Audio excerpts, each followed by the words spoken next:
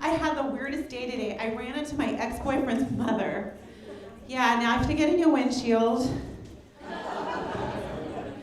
She has to get a new face. We actually really got into a car accident, right? She's like, "You're nothing but a stupid driver." I said, "Hey, I went through 3 lanes and made a U-turn to hit you." You're stupid there, right? She had the most annoying habit. She would breathe.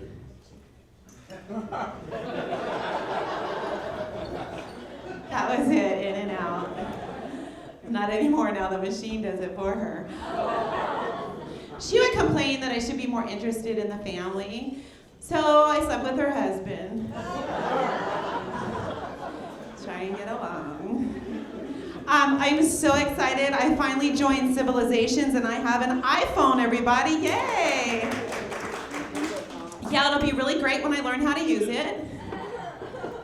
It's really difficult. I was thinking when you get your new cell phone, people, it's like getting a new boyfriend or girlfriend because everything's fun and new and exciting. And then after you learn how to push all the buttons, you just want to upgrade to a new one.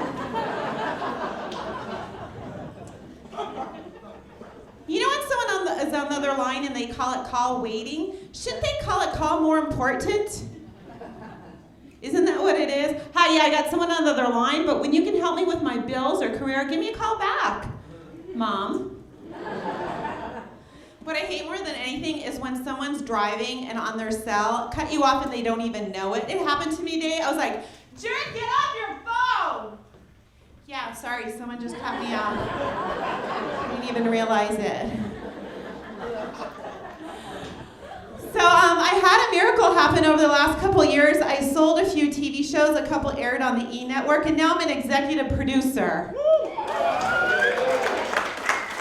You guys are so supportive. Thank you. I appreciate it. My mom still thinks I'm a loser because I'm single. The way I see it, I kind of turned into the man I always wanted to marry. Pretty soon I'll be bald, combing my hair forward. Take myself on my own date, not listen to a word I say. I don't know. I've been engaged 3 times. We always fight. He's like, "I love you. I want to buy you a ring. I want to spend the rest of my life with you." I'm like, well, what kind of ring? Because I could wear a ring, right? So then what happened is, like, the more I withdrew, the more obsessive he got. It got to a point where I was going to get a restraining order. But they actually want $500 to file a restraining order, and a gun is only $150.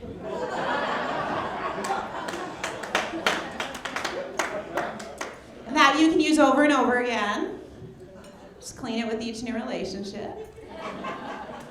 So this is just, what do you call a relationship that ends in a restraining order and a guy putting his fist through the wall? Successful. Okay, no, that I scared you. So we fight over little things. He's like, "Why can't I go to the party with you?" I'm like, "'Cause there's people there." Now get your pants on and leave. This is not a slumber party.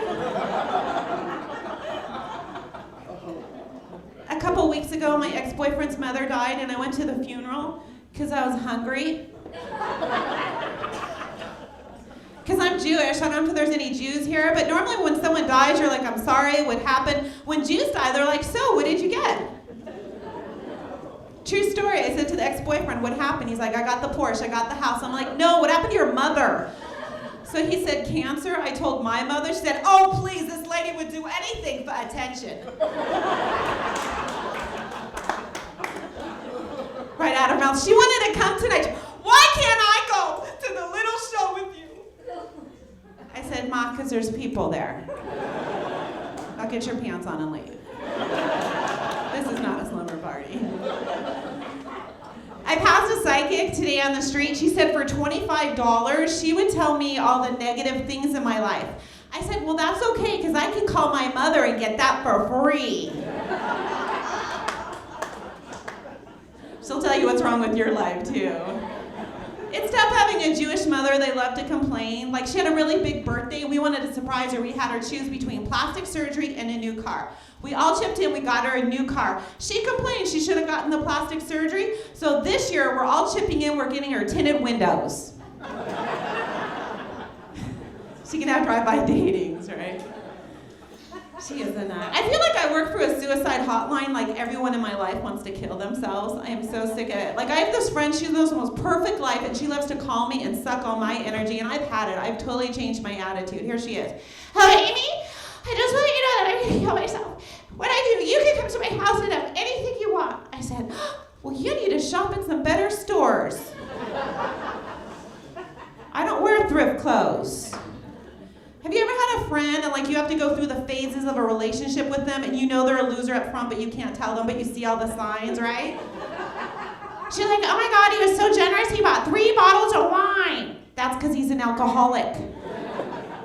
She's like, oh my God, he wanted a commitment on the first date. He says, I'm the only one for him. That's because he's a loser and no one else wants him. But the state of Nebraska, right? Then she starts complaining, no, he never wants to go out. Really? Because he was over here last night.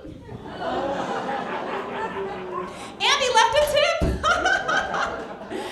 So she's always like, what's wrong with me? What's wrong with me? I'm like, I have a list, okay? It's pretty, right? But I try to help her because she's trying to find a new guy and she's like, oh my God, I'm going to buy all new dishes and silverware. And I'm like, you might want to try lipstick and mascara. Right? And she gets a beauty treatment every day. She's like getting a tan, her hair done, she gets her lashes done. I'm like, why don't you try brushing her teeth? Seriously. So with each new guy, she's like, he's a soulmate. I'm like, you have more of a soul train, okay? Stretch your legs for a second. But she tells me that what it is she has low self-esteem. I'm like, what is that? She goes, Amy, it means I hate myself. People, why would you hate yourselves when you can hate others?